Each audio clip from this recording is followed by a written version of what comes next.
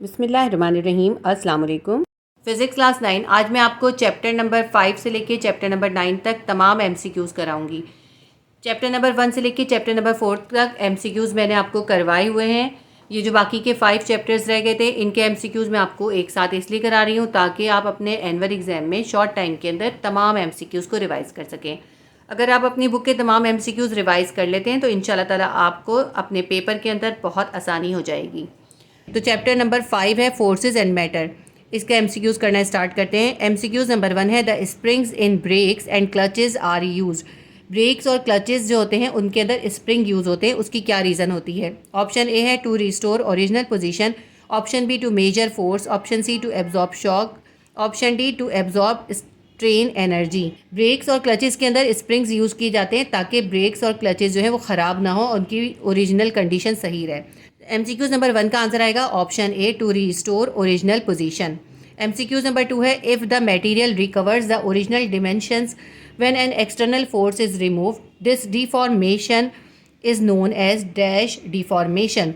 अगर किसी मटेरियल के ऊपर फोर्स लगाई जाए और उससे वो डिफॉर्म हो जाए और जब फोर्स को हटा दें तो उसकी डिफॉर्मेशन जो है वो ख़त्म हो जाए। जब किसी मटेरियल के ऊपर एक्सटर्नल फोर्स लगाई जाती है तो वो डिफॉर्म हो जाती है। तो जब एक्सटर्नल फोर्स हटा लें, उसकी डिफॉर्मेशन ख़त्म हो जाए, वो अपनी ओरिजिनल पोजीशन पे वापस आ जाए, तो उसको क्या कहते हैं, ऐसी डिफॉर्मेशन को क्या कहते हैं। ऑप्शन ए है इन इलास्टिक, ऑप्शन बी है परमानेंट, ऑप्शन सी है इलास्टिक, ऑप्शन डी है रिवर्सिबल। इसका आंसर आएगा ऑप्शन सी इलास्टिक। यानी अगर किसी मटेरियल के ऊपर एक्सटर्नल फोर्स लगाने से वो डिफॉर्म हुई है और उस एक्सटर्नल फोर्स को हटाने के बाद वो अपनी ओरिजिनल डिमेंशन में या अपनी ओरिजिनल पोजीशन में वापस आ जाए तो उसको हम कहते हैं इलास्टिक डिफॉर्मेशन। तो एमसीक्यूज नंबर 2 का आंसर आएगा option C elastic deformation. MCQs number 3 है which of the following material is more elastic. आपको बताना है इनमें से कौन सा मटेरियल ज़्यादा इलास्टिक होता है। ऑप्शन ए है रबड़, ऑप्शन बी है ग्लास, ऑप्शन सी है स्टील, ऑप्शन डी है वुड। इसका आंसर आएगा ऑप्शन ए रबड़। एमसीक्यूज नंबर 3 का आंसर आएगा ऑप्शन ए रबड़। एमसीक्यूज नंबर 4 है if a spring stretch easily then its spring constant has. अगर कोई स्प्रिंग ईजिली स्ट्रेच हो जाए तो उसका स्प्रिंग कांस्टेंट कैसा होगा। ऑप्शन ए है लार्ज वैल्यू होगी उसके स्प्रिंग कांस्टेंट की, ऑप्शन बी है स्मॉल वैल्यू होगी, ऑप्शन सी है कांस्टेंट वैल्यू होगी, ऑप्शन डी है बोथ ए एंड बी, यानी कि लार्ज वैल्यू भी होगी और स्मॉल वैल्यू भी होगी। तो देखें जो स्प्रिंग इजीली स्ट्रेच होता है उसके स्प्रिंग कांस्टेंट की वैल्यू स्मॉल होती है। जब स्प्रिंग कांस्टेंट की वैल्यू कम होती है तो वो स्प्रिंग इजीली स्ट्रेच हो जाता है। जब स्प्रिंग कांस्टेंट की वैल्यू ज़्यादा होती है तो वो स्प्रिंग जो होता है काफ़ी स्टिफ होता है और मुश्किल से स्ट्रेच होता है। तो एमसीक्यूज नंबर 4 का आंसर आएगा option B small value. MCQs number 5 है what is the unit for the spring constant. Spring constant का यूनिट बताना है। इसके अंदर ऑप्शन सी आंसर आएगा Nm-1 या Nm पर मीटर। ठीक है। एमसीक्यूज नंबर 5 का आंसर आएगा ऑप्शन सी Nm-1। एमसीक्यूज नंबर 6 है the spring obeys Hooke's law for the earlier extension and when the spring becomes damaged it does not appear to do so. Figure 5.12 estimate from graph after addition of which weight the spring damaged. देखिए इसमें आपको एक graph दिया है figure number 5.12 के अंदर और आपसे कहे इस ग्राफ को देखकर बताइए कि वो कौन सी फोर्स होगी जिस पर स्प्रिंग जो है वो डैमेज हो जाएगा। तो आपको पता है स्प्रिंग डैमेज कब होता है, जब फोर्स जो होती है उसकी इलास्टिक लिमिट से ज़्यादा हो जाए। इस डायग्राम को आप गौर से देखें 5.12 है, इसके अंदर ये ग्राफ बनाया है। एक्स एक्सिस पे जो है वेट रखा है और वाई एक्सिस पे एक्सटेंशन है। अब देखें इसके अंदर ये लाइन स्ट्रेट जा रही है, इस जहाँ तक ये लाइन स्ट्रेट जाएगी वहाँ तक इस स्प्रिंग की इलास्टिक लिमिट हो। इस इलास्टिक लिमिट के बाद ये लाइन जो है कर्व हो रही है, वहाँ से कर्व होना स्टार्ट हो रही है, डी फॉर्म होना स्टार्ट हो रही है, वहाँ तक इसकी इलास्टिक लिमिट है। तो देखें कहाँ तक स्ट्रेट जा रही है, इसको चेक करते हैं। ये यहाँ तक स्ट्रेट है ना, तो यहाँ तक इसकी लाइन को देखें 8 न्यूटन, 8 न्यूटन तक ये ग्राफ स्ट्रेट जा रहा है, उसके बाद ये कर्व हो रहा है। तो इसलिए इस स्प्रिंग की इलास्टिक लिमिट क्या होगी, ये 8 न्यूटन होगी।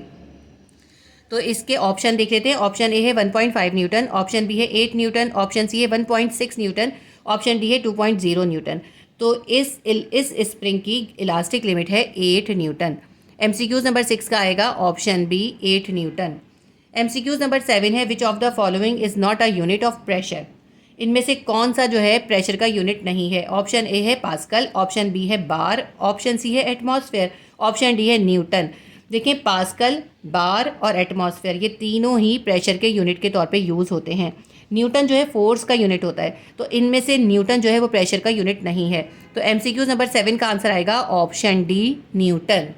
MCQ नंबर 8 है, if a metal block applies a force of 20 Newton on an area of 5 centimetre square, find the pressure being applied by the block on the area of. 20 Newton की force 5 centimetre square के area पर लग रही है, तो हमें उसका pressure find करना है। ऑप्शन ए है 100 न्यूटन पर सेंटीमीटर स्क्वायर, ऑप्शन बी है 0.8 न्यूटन पर सेंटीमीटर स्क्वायर, ऑप्शन सी है 0.25 न्यूटन पर सेंटीमीटर स्क्वायर, ऑप्शन डी है 4 न्यूटन पर सेंटीमीटर स्क्वायर। इसको सॉल्व करके देखते हैं।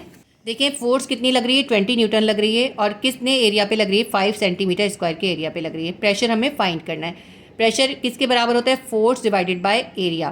प्रेशर क्या होता है, किसी भी पर यूनिट एरिया पे जो फोर्स लग रही होती है वो होता है प्रेशर, यानी pressure is equals to F divided by A. F हमारे पास है 20 और एरिया हमारे पास है 5। 20 को 5 से डिवाइड करेंगे, 4 न्यूटन पर सेंटीमीटर स्क्वायर आ जाएगा। देखें, 4 न्यूटन पर सेंटीमीटर स्क्वायर को हम NCM-2 की पावर करके भी लिखते हैं, और इस तरह भी लिख सकते हैं न्यूटन, ये डिवाइड का साइन बनाएंगे और सेंटीमीटर स्क्वायर लिख देंगे।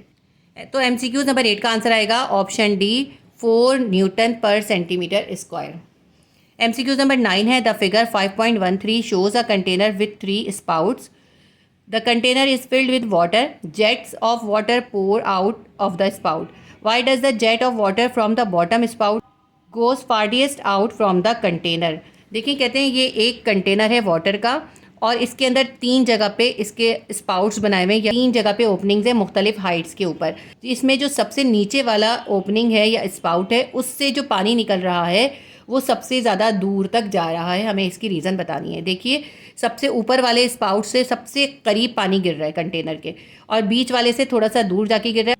जो कंटेनर में सबसे नीचे स्पाउट है उसका पानी सबसे ज़्यादा दूर जा रहा है। हमें इसकी रीज़न बतानी है। इसकी रीज़न ये होती है कि प्रेशर जो होता है वो डेप्थ के साथ साथ इंक्रीज़ हो जाता है।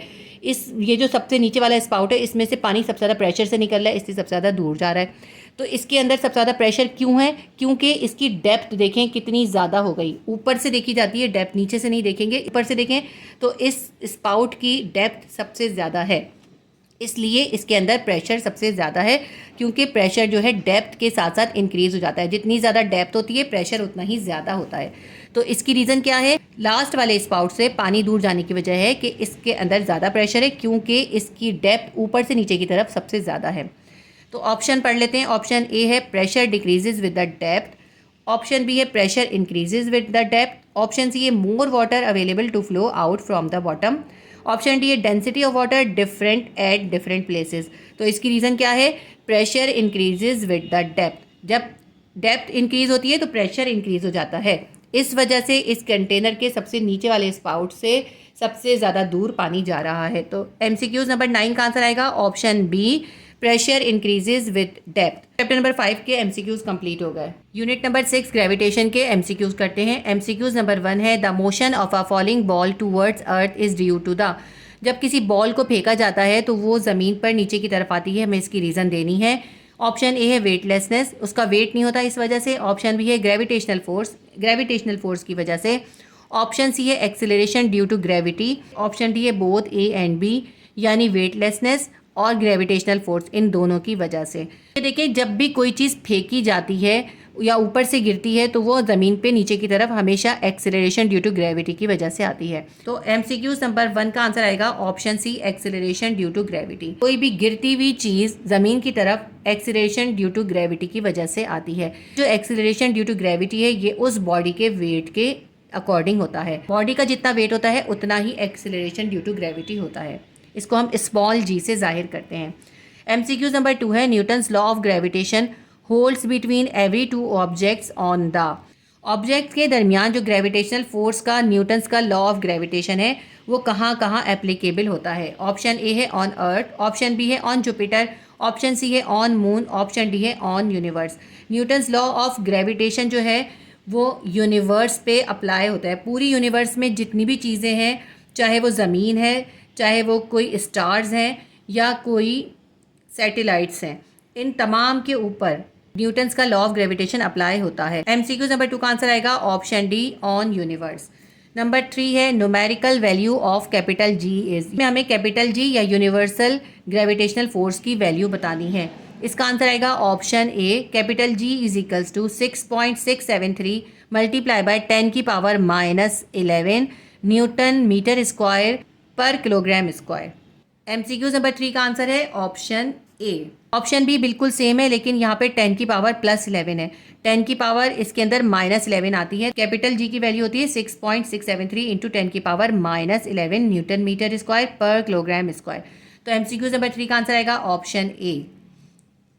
एमसीक्यू नंबर 4 है gravitational field of earth is directed. जमीन की ग्रेविटेशनल फील्ड की डायरेक्शन किस तरफ होती है?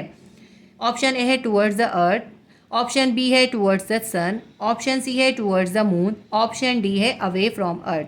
ग्रेविटेशनल फील्ड ऑफ अर्थ जो होती है वो होती है towards the earth. MCQ number 4 का आंसर आएगा option A, towards the earth. MCQ number 5 है dash was the first scientist who gave the concept of gravitation. सबसे पहले ग्रेविटेशन का कॉन्सेप्ट कौन से साइंटिस्ट ने दिया था? ऑप्शन ए है आइंस्टाइन, ऑप्शन बी है न्यूटन, ऑप्शन सी है फैराडे, ऑप्शन डी है मैक्सवेल। ग्रेविटेशन का कॉन्सेप्ट जो है वो सबसे पहले दिया था न्यूटन ने। एमसीक्यूज नंबर 5 का आंसर आएगा option B, newton. MCQs number 6 है according to Newton's law of universal gravitation force is directly proportion to. आपको बताना है कि न्यूटन के यूनिवर्सल लॉ ऑफ ग्रेविटेशन के अकॉर्डिंग फोर्स किसके प्रोपोर्शन होती है? ऑप्शन ए है m1 multiply by m2, option B है 1/r², ऑप्शन सी है r², ऑप्शन डी है बोथ ए एंड बी। देखिए न्यूटन्स का जो लॉ ऑफ ग्रेविटेशन होता है उसमें फोर्स जो होती है वो उन दोनों बॉडीज़ के मासेस के प्रोडक्ट के डायरेक्टली प्रोपोर्शन होती है। तो ये फोर्स जो है m1 मल्टीप्लाई बाय m2 के डायरेक्टली प्रोपोर्शन है। तो ऑप्शन ए इसका आंसर है। और यही फोर्स जो होती है इन्वर्स प्रोपोर्शन होती है। 1/r² का मतलब क्या है? इन्वर्स प्रोपोर्शन होती है उन दोनों बॉडीज़ के दरमियान के डिस्टेंस के। ऑप्शन डी में हमें कहा था कि बोथ ए और बी करेक्ट है। इस एमसीक्यूज का आंसर ऑप्शन ए भी करेक्ट है, ऑप्शन बी भी करेक्ट है। तो इसलिए हम एमसीक्यूज नंबर 6 का आंसर लगाएंगे option D, both A and B. MCQs number 7 है ग्रेविटेशनल फोर्स इज ऑलवेज। ये ग्रेविटेशनल फोर्स यानी कैपिटल जी जो है वो हमेशा क्या होती है? ऑप्शन ए है रिपल्सिव, ऑप्शन बी है अट्रैक्टिव, ऑप्शन सी है बोथ ए एंड बी यानी रिपल्सिव भी होती है और अट्रैक्टिव भी होती है, ऑप्शन डी है नन ऑफ दीज। जो न्यूटन्स का लॉ ऑफ ग्रेविटेशन है उसके अकॉर्डिंग कोई भी दो बॉडीज़ जो होंगी वो आपस में एक दूसरे को अट्रैक्ट करती हैं। तो एमसीक्यूज नंबर 7 का आंसर आएगा option B, attractive. MCQs number 8 है numerical value of dash remains constant everywhere. कौन सी वैल्यू है जो कि हर जगह पे कॉन्स्टेंट रहती है?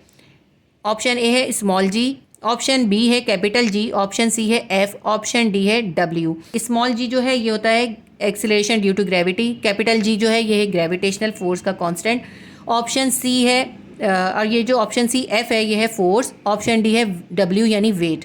तो इनमें से कौन सी चीज़ है जो कि हर जगह पे कांस्टेंट रहती है?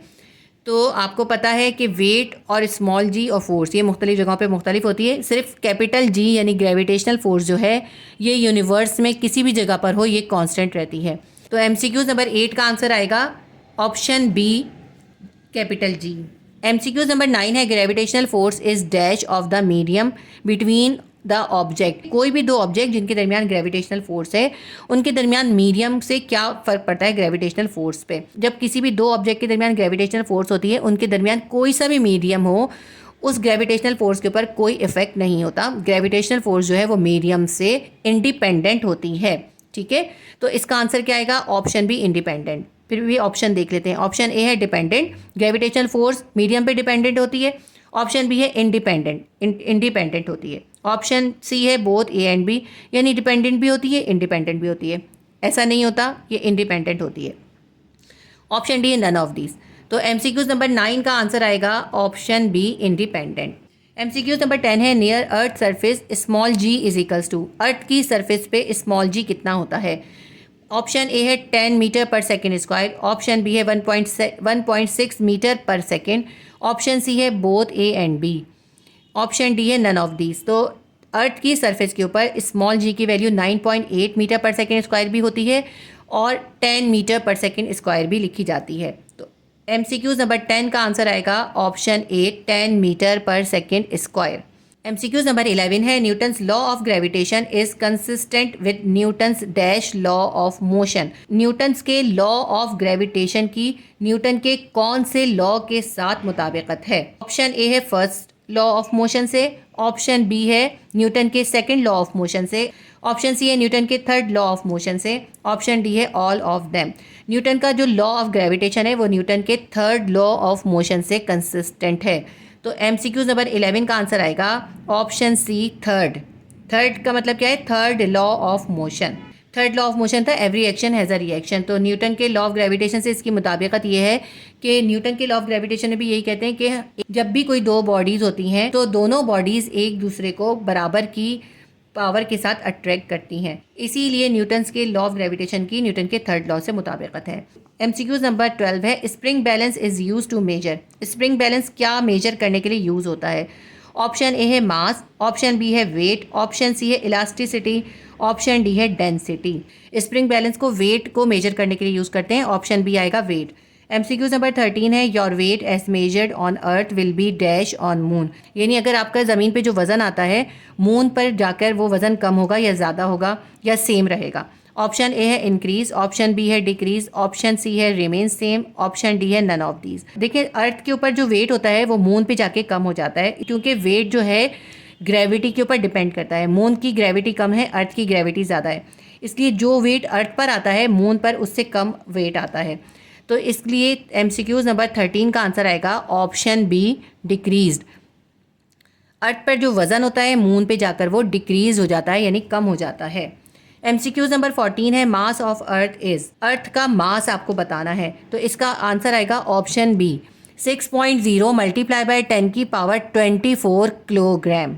MCQ नंबर 14 का आंसर है ऑप्शन बी 6.0 मल्टीप्लाई बाय 10 की पावर 24 किलोग्राम।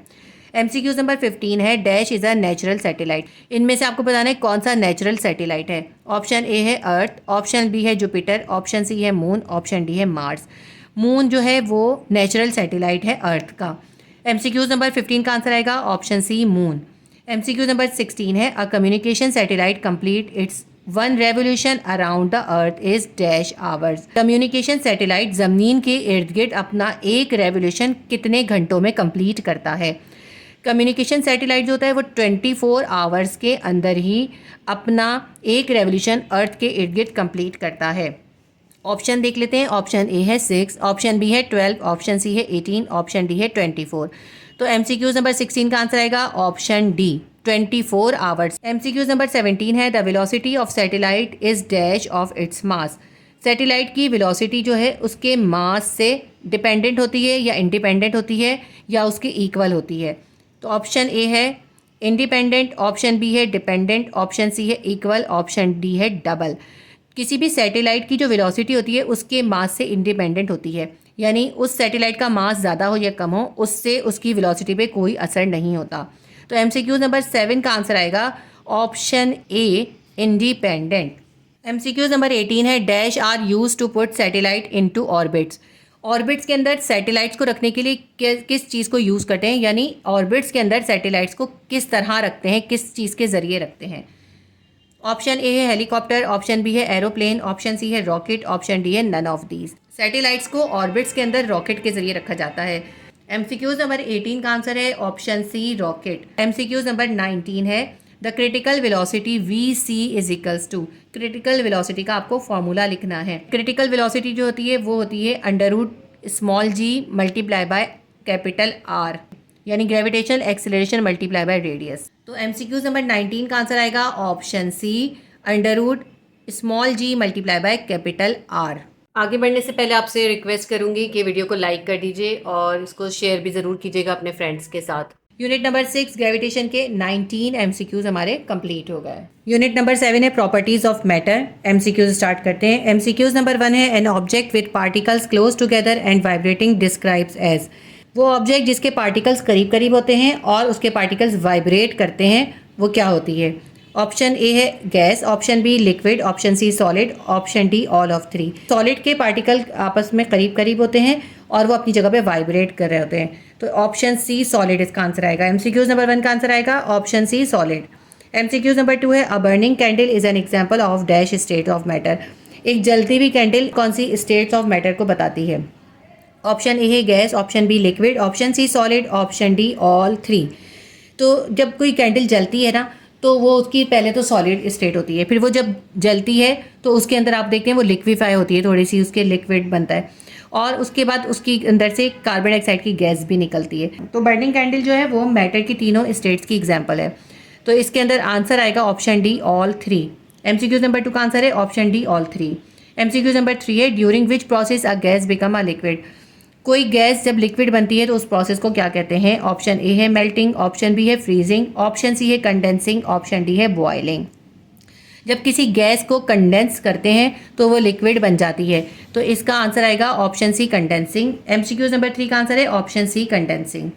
MCQ नंबर 4 है अ सॉलिड कैन, एक सॉलिड कैसा होता है? ऑप्शन ए है हैव अ फिक्स शेप, उसका फिक्स शेप होता है। ऑप्शन बी है बी इजीली कंप्रेस्ड, आसानी से कंप्रेस्ड हो जाता है। ऑप्शन सी है take a shape of container, जिस शेप के कंटेनर में डालें उसी का शेप बन जाता है। ऑप्शन डी है फ्रीली मूविंग मॉलिक्यूल, उसके अंदर फ्री मूव करते हुए मॉलिक्यूल होते हैं। देखिए सॉलिड के अंदर फ्री मूव करते हुए मॉलिक्यूल नहीं होते और सॉलिड किसी भी कंटेनर का शेप नहीं लेता और आसानी से कंप्रेस भी नहीं होता, लेकिन सॉलिड का एक फिक्स शेप होता है। तो MCQ नंबर 4 का आंसर आएगा option A have a fix shape. MCQ number 5 है according to kinetic molecular theory the pressure exerted by a gas is caused by the. Kinetic molecular theory के according gas जो pressure exert करती है उसकी reason क्या होती है? Option A है bombardment of gas molecule on the wall of container, क्योंकि जो गैस के मॉलिक्यूल होते हैं वो कंटेनर की वॉल के ऊपर टकरा कर प्रेशर डालते हैं। ऑप्शन बी है collision between gas molecule, gas के मॉलिक्यूल्स आपस में टकरा रहे होते हैं। ऑप्शन सी है large distance between gas molecule, क्योंकि गैस के मॉलिक्यूल के दरमियान ज़्यादा डिस्टेंस होता है। ऑप्शन डी है random motion of the gas molecule, gas के मॉलिक्यूल रैंडम मोशन कर रहे होते हैं, इधर से उधर मुख्तलिफ सिमतों में मुख्तलिफ डायरेक्शन में मोशन कर रहे होते हैं। तो इसका आंसर आएगा ऑप्शन ए। गैस के मॉलिक्यूल जो है अपने कंटेनर्स की वॉल से टकराकर उसके ऊपर प्रेशर एक्सर्ट करते हैं। MCQ नंबर 5 का आंसर आएगा option A bombardment of the gas molecule on the walls of the container. MCQ number 6 है if a gas heated in a sealed cylinder then increase. जब एक सील्ड सिलेंडर के अंदर gas को गर्म करते हैं तो क्या इंक्रीज हो जाता है? ऑप्शन ए है pressure inside the container, container के अंदर का प्रेशर इंक्रीज हो जाता है। ऑप्शन बी है average kinetic energy of the particle, particles की जो भी गैस के पार्टिकल हैं उनकी काइनेटिक एनर्जी बढ़ जाती है। ऑप्शन सी है temperature of the gas, gas का टेम्परेचर बढ़ जाता है। ऑप्शन डी है ऑल ऑफ देम। ये तीनों ही काम होते हैं। जब किसी सील्ड सिलेंडर के अंदर या बंद कंटेनर के अंदर गैस को हीट करते हैं तो सबसे पहले उसका टेम्परेचर इंक्रीज होता है, फिर उसके मॉलिक्यूल्स की या पार्टिकल्स की काइनेटिक एनर्जी इंक्रीज हो जाती है और फिर उसका कंटेनर के ऊपर प्रेशर इंक्रीज हो जाता है। MCQ नंबर 6 का आंसर आएगा option D all of them. MCQ number 7 है a gas in a container of fixed volume is heated, what happened to the molecule of the gas. अगर एक कंटेनर के अंदर फिक्स वॉल्यूम की gas को गर्म करें तो गैस के मॉलिक्यूल पर क्या असर होगा? ऑप्शन ए है दे कोलाइड लेस फ्रीक्वेंटली, वो टकराना कम हो जाएंगे, कम टकराएंगे। ऑप्शन बी है दे एक्सपेंड, वो फैल जाएंगे। ऑप्शन सी है दे मूव फास्टर, वो तेजी से मूव करने लगेंगे। ऑप्शन डी है दे मूव फर्दर अपार्ट, वो एक दूसरे से दूर दूर चले जाएंगे। तो इसका आंसर आएगा option C they move faster. जब किसी कंटेनर के अंदर गैस के फिक्स वॉल्यूम को हीट अप करते हैं तो क्योंकि उनका टेम्परेचर इंक्रीज हो जाता है तो उनकी काइनेटिक एनर्जी और टेम्परेचर इंक्रीज हो जाता है और वो ज़्यादा तेज़ी से मूव करने लगते हैं। MCQ नंबर 7 का आंसर आएगा option C they move faster. MCQ number 8 है in a liquid some energetic molecules break free from the surface even when the liquid is too cold for bubbles to form, what is the name of this process. किसी liquid के अंदर जो surface के ऊपर energetic molecule होते हैं यानी जिनकी एनर्जी ज़्यादा होती है वो लिक्विड में से बाहर निकल जाते हैं, स्केप कर जाते हैं, तो इस प्रोसेस को क्या कहते हैं? ऑप्शन ए है बॉइलिंग, ऑप्शन बी है कंडेंसेशन, ऑप्शन सी है कन्वेक्शन, ऑप्शन डी है एवापोरेशन। ये प्रोसेस कहलाता है एवापोरेशन। MCQ नंबर 8 का आंसर आएगा option D evaporation. MCQ number 9 है what happened to the molecule of a gas when the gas changes into a liquid. जब gas liquid में change होती है तो उसके मॉलिक्यूल्स में क्या चेंज आता है? ऑप्शन ए है they move closer and lose energy, molecules जो है एक दूसरे के करीब आ जाते हैं, उनकी एनर्जी कम हो जाती है। ऑप्शन बी है they move closer and gain energy, gas के मॉलिक्यूल करीब आ जाते हैं और उनकी एनर्जी भी बढ़ जाती है। ऑप्शन सी है they move apart and lose energy, वो दूर दूर चले जाते हैं और एनर्जी भी कम हो जाती है। ऑप्शन डी है they move apart and gain energy, वो दूर दूर चले जाते हैं और एनर्जी बढ़ जाती है। जब किसी गैस को लिक्विड में चेंज करते हैं तो उसके मॉलिक्यूल आपस में करीब आते हैं और उनकी एनर्जी लूज हो जाती है। तो एमसीक्यूज नंबर 9 का आंसर आएगा option A they move closer and lose energy. MCQs number 10 है a substance has a melting point of -70 degree centigrade and a boiling point of 117 degree centigrade. In which state does the substance exist at -10 degree centigrade and at 110 degree centigrade? एक substance है जिसका melting point जो है -17 degree centigrade पे यानी -17 degree centigrade पे वो melt हो जाती है और वो बॉयल कितने पे होती है 117 डिग्री सेंटीग्रेड पे। तो ये बताइए कि -10 डिग्री सेंटीग्रेड पे और 110 डिग्री सेंटीग्रेड पे उसकी स्टेट क्या होगी। देखिए -17 डिग्री सेंटीग्रेड पर वो सब्सटेंस जो है वो मेल्ट हो रही है, यानी -17 डिग्री सेंटीग्रेड पर उसकी स्टेट क्या है, लिक्विड है। तो उन्होंने पूछे -10 डिग्री सेंटीग्रेड पर उसकी स्टेट क्या होगी। तो देखिए -10 जो है -17 डिग्री सेंटीग्रेड से ज्यादा है, क्योंकि ये नेगेटिव में वैल्यू है और नेगेटिव में जितना नंबर छोटा होता है उतना ही बड़ा काउंट होता है। तो इसके अंदर क्योंकि 10 छोटा है 17 बड़ा है और दोनों माइनस में, तो -17 जो है वो कम होगा और -10 जो है वो ज़्यादा होगा टेम्परेचर। जब कम टेम्परेचर यानी -17 डिग्री सेंटीग्रेड पर वो लिक्विड है तो उससे थोड़े से ज़्यादा टेम्परेचर यानी -10 डिग्री सेंटीग्रेड पर भी वो लिक्विड ही होगी। अब दूसरी चीज़ देखते हैं बॉइलिंग पॉइंट। उस सब्सटेंस का बॉइलिंग पॉइंट है 117 डिग्री सेंटीग्रेड। तो 110 डिग्री सेंटीग्रेड पर क्या होगा, तो 117 ज़्यादा है 110 कम है। तो जब 117 पे वो बॉयल होगा यानी लिक्विड से वेपोराइज होना शुरू हो जाएगा या गैस बनेगा, तो 117 से कम टेम्परेचर पे वो लिक्विड ही रहेगा। ठीक है, तो इसलिए उसकी स्टेट जो है इन दोनों टेम्परेचर्स पर -10 डिग्री सेंटीग्रेड पर भी वो लिक्विड होगी और 110 डिग्री सेंटीग्रेड पर भी उसकी कंडीशन लिक्विड ही होगी। इसलिए एमसीक्यूज नंबर 10 का आंसर आएगा option C liquid liquid. Unit number 7 properties of matter के हमारे 10 एमसीक्यूज कंप्लीट हो गए। यूनिट नंबर है 8 energy sources and transfer of energy. MCQs start करते हैं। एमसीक्यूज नंबर 1 है if force of 6 newton displace an object 2 metre in the direction of force then work done will be. 6 newton की force किसी object को एक direction में 2 metre तक displace कर दे तो कितना वर्क डन होगा। छोटा सा एक न्यूमेरिकल है ये। देखिए वर्क डन किसके बराबर होता है, फोर्स मल्टीप्लाई बाय डिस्टेंस के। तो आप फोर्स को डिस्टेंस से मल्टीप्लाई कर देंगे। फोर्स इसमें गिवन है 6 न्यूटन और डिस्टेंस, उस फोर्स को अप्लाई करने से वो बॉडी डिस्टेंस तय कर रही है d = 2 मीटर और वर्क डन यानी w आपको फाइंड करना है। w किसके बराबर होता है, f multiply by d। f है 6, d है 2, 6 मल्टीप्लाई बाय 2 होगा 12 जूल वर्क डन हो रहा है। ऑप्शन ए है 0 जूल, ऑप्शन बी है 12 जूल, ऑप्शन सी है 3 जूल, ऑप्शन डी है 12 न्यूटन। अब देखिए इसके अंदर आपको 12 जूल भी दिया हुआ है और 12 न्यूटन भी दिया हुआ है। अगर आप 12 न्यूटन लगा देंगे, यूनिट गलत लगा देंगे तो आपका आंसर गलत हो जाएगा, क्योंकि न्यूटन जो है फोर्स या वेट का यूनिट होता है और आपने निकाला है वर्क डन। वर्क डन का यूनिट होता है जूल। तो आपके पास इसका आंसर आएगा option B 12 joule. MCQs number 1 का आंसर है option B 12 joule. MCQs number 2 है if a body of mass 1 kilogram is moving with velocity of 1 metre पर सेकेंड देन के यानी kinetic energy of the body will be. कहते हैं एक body है जिसका मास 1 किलोग्राम है और उसकी वेलोसिटी 1 मीटर पर सेकेंड है, तो आपको उस बॉडी की काइनेटिक एनर्जी फाइंड करनी है। एमसीक्यूज नंबर 2 को सॉल्व करते हैं। मास हमें गिवन है 1 किलोग्राम, वेलोसिटी है उस बॉडी की 1 मीटर पर सेकेंड, काइनेटिक एनर्जी यानी के हमें फाइंड करनी है। Kinetic energy = 1/2 mv²। Kinetic energy हम फाइंड कर लेते हैं, इसके अंदर वैल्यू सब्स्टिट्यूट कर देते हैं। mv² है, m कितना है 1 है, v² कितना है, v कितना है 1 है, यानी 1 पे स्क्वायर कर देंगे और इसको हमें डिवाइड करना है 2 से। ठीक है, 1 का स्क्वायर करेंगे 1 ही आएगा और 1 को 1 से मल्टीप्लाई करेंगे हमारे पास आ जाएगा 1। 1 को 2 से डिवाइड कर देंगे क्या आ जाएगा 0.5 जूल। काइनेटिक एनर्जी है 0.5 जूल। एमसीक्यू नंबर 2 के ऑप्शन है option A 10 joules, option B है 0.5 जूल्स, ऑप्शन सी है 2 जूल्स, ऑप्शन डी है 1 जूल। एमसीक्यूज नंबर 2 का आंसर आएगा option B 0.5 joules. MCQs number 3 है if a machine perform 20 joule of work in 10 second then its power is. एक machine जो है 20 joule का वर्क डन कर रही है 10 सेकेंड के अंदर, आपको उसकी पावर बतानी है। पावर हम फाइंड करते हैं वर्क डन को उस टाइम से डिवाइड कर देते हैं। 20 जूल वर्क डन है और 10 सेकेंड टाइम है, 20 को 10 से डिवाइड करेंगे कितना आ जाएगा 2 वॉट। बहुत ईजी सा है ये भी। देखें वर्क डन कितना हो रहा है 20 जूल हो रहा है, टाइम लग रहा है उसमें 10 सेकेंड, पावर हमें फाइंड करनी है। P = W/T होता है, यानी पावर होती है work done in a per unit, जितने टाइम के अंदर जितना वर्क डन होता है वो उसकी पावर होती है। W है 20, टाइम है 10, 20 को 10 से डिवाइड करेंगे हमारे पास आ जाएगा 2 वॉट। ऑप्शन देख लेते हैं एमसीक्यू नंबर 3 के। ऑप्शन ए है 200 वॉट, ऑप्शन बी है 20 वॉट, ऑप्शन सी है 2 वॉट, ऑप्शन डी है 0.2 वॉट। एमसीक्यू नंबर 3 का आंसर आएगा option C 2 what. MCQ number 4 है a body of mass 1 kilogram is lifted through a height of 1 metre.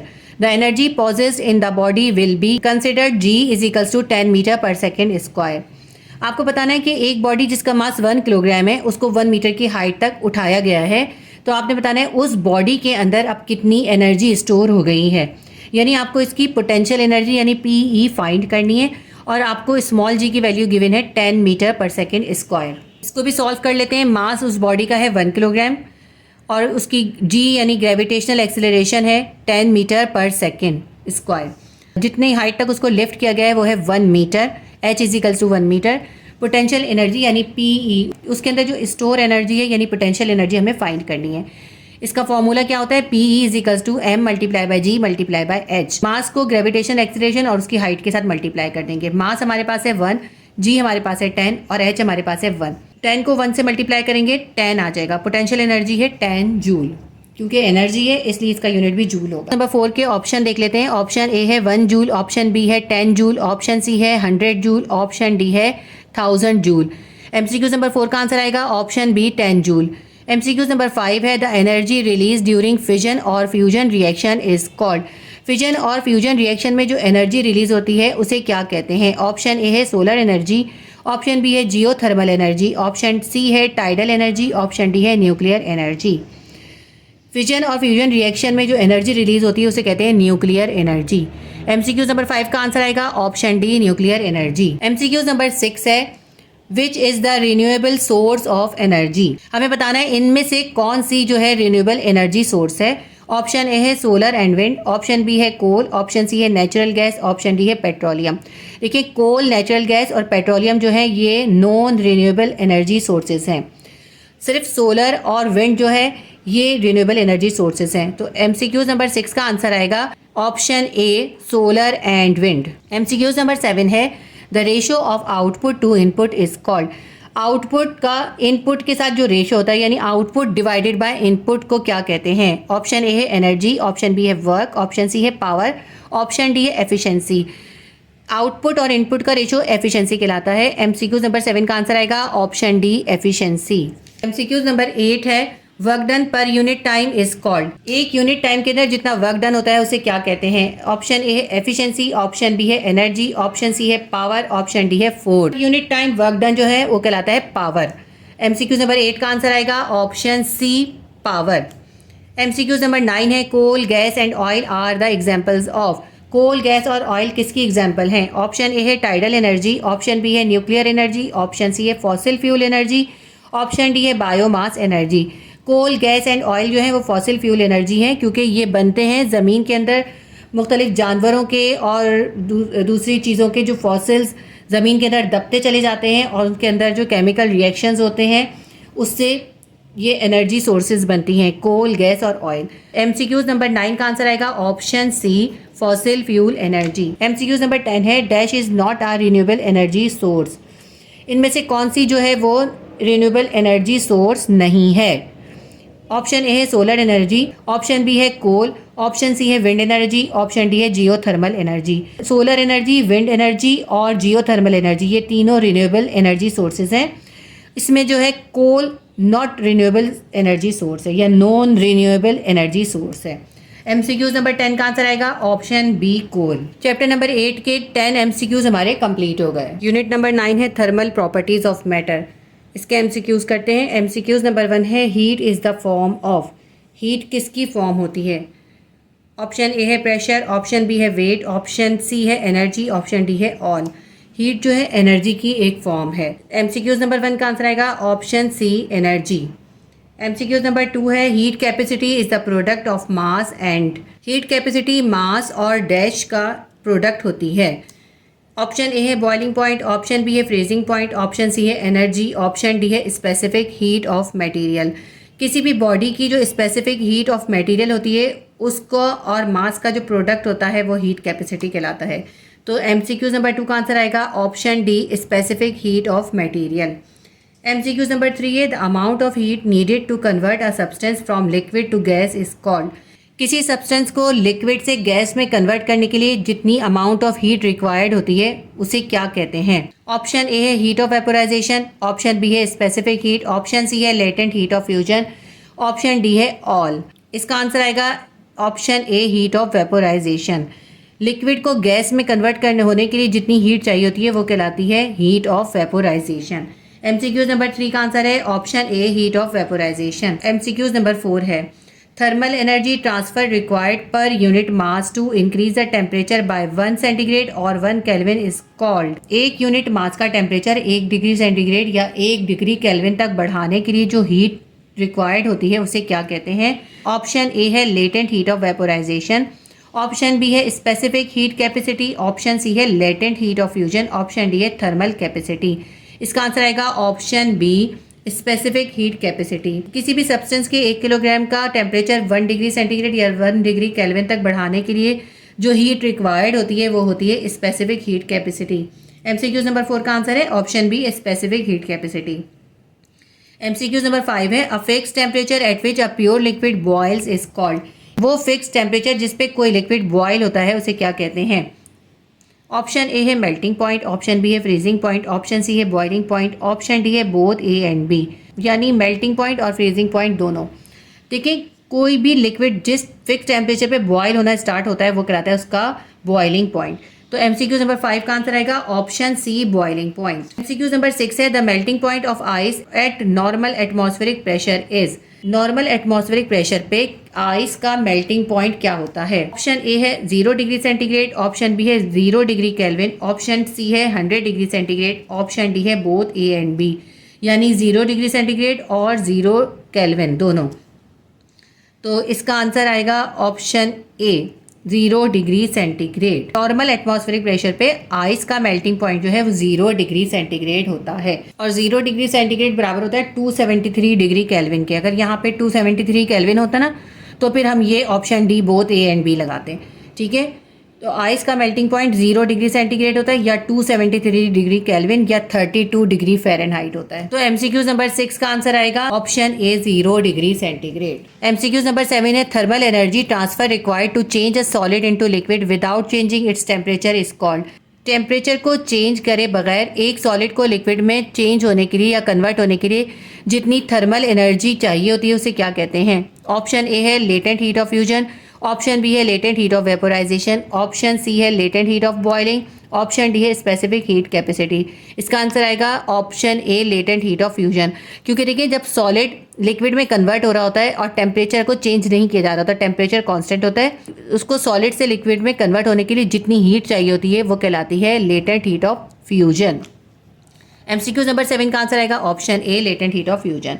MCQ number 8 है, thermal energy transfer required to change a liquid into gas without changing its temperature is called। Temperature को change किए बगैर एक liquid को gas में change होने के लिए, कन्वर्ट होने के लिए जितनी थर्मल एनर्जी रिक्वायर्ड होती है उसे क्या कहते हैं? ऑप्शन ए है latent heat of freezing, option B है latent heat of vaporisation, option C है latent heat of boiling, option D है latent heat of melting. Temperature में चेंज किए बगैर किसी लिक्विड को गैस में कन्वर्ट होने के लिए यानी वेपोराइज होने के लिए जितनी थर्मल एनर्जी चाहिए होती है वो कहलाती है लेटेंट हीट ऑफ वेपोराइजेशन। क्योंकि जब लिक्विड गैस में कन्वर्ट होता है तो वेपोराइज होता है, तो उसके लिए लेटेंट हीट ऑफ वेपोराइजेशन की ज़रूरत होती है। MCQ नंबर 8 का आंसर आएगा option B, latent heat of vaporisation. MCQ number 9 है, vaporisation can occur at. Vaporisation हो सकता है, किस किस कंडीशन में हो सकता है? अच्छा, यहाँ मेरे ख्याल में वेपोराइजेशन की जगह एवापोरेशन होना चाहिए, मुझे लगता है यहाँ पे मिस प्रिंटिंग हुई है। तो इसका ऑप्शन है option A, freezing point, option B melting point, option C boiling point, option D all temperature. तो एवापोरेशन का जो प्रोसेस है या वेपोराइजेशन का जो प्रोसेस है वो तमाम टेम्परेचर पे होता है, एट एनी टेम्परेचर। तो MCQ नंबर 9 का आंसर आएगा option D, all temperatures. MCQ number 10 है, rate of evaporation of a liquid can be increased by. किसी लिक्विड का एवापोरेशन का रेट जो है किस तरह बढ़ाया जा सकता है? देखिए, एवापोरेशन का जो प्रोसेस होता है ना, एवापोरेशन होता है लिक्विड का एवापोरेट होना यानी वेपर में कन्वर्ट होना। ऑप्शन देखते हैं इसके। ऑप्शन ए है इंक्रीजिंग ह्यूमिडिटी, ह्यूमिडिटी को बढ़ाने से एवापोरेशन इंक्रीज हो जाएगा। ये गलत है क्योंकि ह्यूमिडिटी और एवापोरेशन जो है वो एक दूसरे के इन्वर्स प्रोपोर्शन होते हैं। अगर ह्यूमिडिटी इंक्रीज होगी तो एवापोरेशन इंक्रीज नहीं होगा, तो ये ऑप्शन नहीं आएगा। ऑप्शन बी देखते हैं डिक्रीजिंग टेम्परेचर, टेम्परेचर को डिक्रीज करने से एवापोरेशन बढ़ जाएगा। ये भी रॉन्ग है क्योंकि एवापोरेशन और टेम्परेचर डायरेक्टली प्रोपोर्शन होते हैं। अगर हम टेम्परेचर को डिक्रीज करेंगे तो एवापोरेशन भी डिक्रीज हो जाएगा और हमें क्या करना है, हमें इंक्रीज करना है। तो हमारे ये दोनों ऑप्शन कैंसिल हो गए। ऑप्शन सी है इंक्रीजिंग इट्स बॉइलिंग पॉइंट, अगर उसका बॉइलिंग पॉइंट इंक्रीज कर दें तो एवापोरेशन इंक्रीज हो जाएगा, ये भी रॉन्ग है। अगर बॉइलिंग पॉइंट इंक्रीज होगा तो एवापोरेशन डिक्रीज हो जाएगा, तो ये ऑप्शन भी नहीं आएगा। हमारा ऑप्शन ए बी सी तीनों कैंसिल हो गए। ऑप्शन डी देखते हैं डिक्रीजिंग एटमॉस्फेरिक प्रेशर, अगर एटमॉस्फेरिक प्रेशर को कम कर दिया जाए तो क्या उससे एवापोरेशन इंक्रीज हो जाएगा, तो ये बिल्कुल करेक्ट आंसर है क्योंकि एटमॉस्फेरिक प्रेशर और एवापोरेशन एक दूसरे के इन्वर्सली प्रोपोर्शन है। जब एटमॉस्फेरिक प्रेशर डिक्रीज होता है तो एवापोरेशन इंक्रीज हो जाता है। तो rate of evaporation of liquid can be increase by decreasing atmospheric pressure. MCQs number 10 का आंसर आएगा option D decreasing atmospheric pressure. MCQs number 11 है linear thermal expansion of a solid depends upon, किसी solid का जो linear thermal expansion है वो किस चीज़ पे डिपेंड करता है। लीनियर थर्मल एक्सपेंशन क्या होता है, हीट की वजह से जो सॉलिड की लेंथ के अंदर चेंज आता है वो कहलाता है लीनियर थर्मल एक्सपेंशन। तो ये किसी सॉलिड में हीट से जो लीनियर थर्मल एक्सपेंशन होता है वो किस चीज़ पे डिपेंड करता है। ऑप्शन ए है change in temperature, option B है ओरिजिनल लेंथ, ऑप्शन सी है properties of material, option D है ऑल ऑफ दीज। तो लीनियर थर्मल एक्सपेंशन जो है वो चेंज इन टेम्परेचर पे भी डिपेंड करता है, अगर टेम्परेचर बढ़ जाए तो थर्मल एक्सपेंशन भी बढ़ जाता है, और ओरिजिनल लेंथ पे भी डिपेंड करता है, मटेरियल की प्रॉपर्टीज पे भी डिपेंड करता है। हमारे ये तीनों ऑप्शन ही करेक्ट हैं, तो इसका आंसर आएगा option D all of these. MCQs number 11 का आंसर आएगा option D all of these. तो हमारे unit number 9 thermal properties of matter के 11 एमसीक्यूज थे, हमने 11 एमसीक्यूज कंप्लीट कर लिए। इसके साथ ही हमारे तमाम चैप्टर्स के एमसीक्यूज कंप्लीट हो गए। मैंने आपको फिजिक्स क्लास 9 के तमाम चैप्टर्स के एमसीक्यूज कंप्लीट करवा दिए हैं। अगर वीडियो से आपको थोड़ी सी भी हेल्प हुई है तो वीडियो को शेयर भी कीजिएगा और लाइक भी कीजिएगा और कमेंट भी ज़रूर कीजिएगा। Wish you a good luck. अल्लाह हाफिज़।